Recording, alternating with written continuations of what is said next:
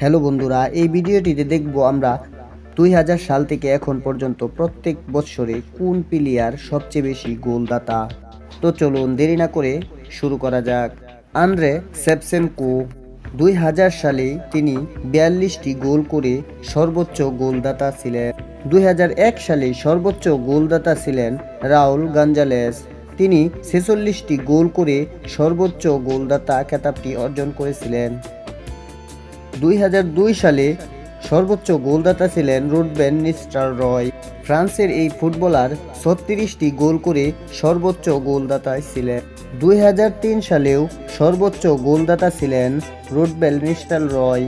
তিনি সেই বছর 48টি গোল করেছিলেন। 2004 সালে সর্বোচ্চ গোলদাতা ছিলেন তেরি হেনরি। তিনি সর্বোচ্চ গোল করেছিলেন 46টি। 2005 সালে সর্বোচ্চ গোলদাতা ছিলেন রুকা টনি। তিনি গোল করেছিলেন 38টি। 2006 সালে সর্বোচ্চ গোলদাতা ছিলেন ডেভিড ভিলা। তিনি মোট গোল করেছিলেন 35টি। 2007 সালের সর্বোচ্চ গোলদাতা ছিলেন রবি কেইন। তিনি সর্বোচ্চ গোল করেছিলেন 34টি। 2008 সালে সর্বোচ্চ গোলদাতাও ছিলেন ডেভিড ভিলা। তিনি সর্বোচ্চ গোল করেছিলেন 41টি। 2009 সালেও সর্বোচ্চ গোলদাতা ছিলেন ডেভিড ভিলা। তিনি সর্বোচ্চ গোল করেছিলেন 43টি। 2010 সালে সর্বোচ্চ গোলদাতা ছিলেন লিওনেল মেসি। তিনি সর্বোচ্চ গোল করেছিলেন 60টি। 2011 সালে সর্বোচ্চ গোলদাতা ছিলেন ক্রিস্টিয়ানো রোনালদো। তিনি সর্বোচ্চ গোল করেছিলেন 60টি।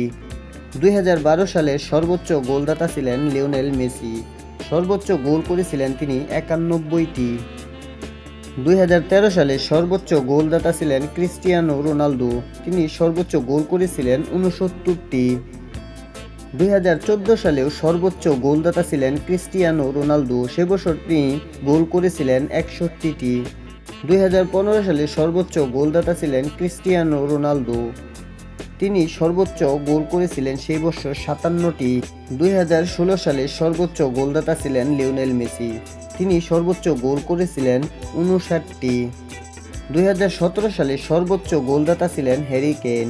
তিনি সেই বছর সর্বোচ্চ গোল করেছিলেন 56টি। 2018 সালে সর্বোচ্চ গোলদাতা ছিলেন লিওনেল মেসি। সে বছর তিনি 51টি গোল করেছিলেন। 2019 সালে সর্বোচ্চ গোলদাতা ছিলেন রবার্ট লেভানডস্কি। সেই বছর তিনি 54টি গোল করেছিলেন। 2020 সালেও সর্বোচ্চ গোলদাতা ছিলেন রবার্ট লেভানডস্কি। তিনি সেই বছর 47টি গোল করেছিলেন। 2021 সালেও সর্বোচ্চ গোলদাতা ছিলেন রবার্ট লেভানডস্কি। সেই বছর তিনি সর্বোচ্চ গোল করেছিলেন 69টি।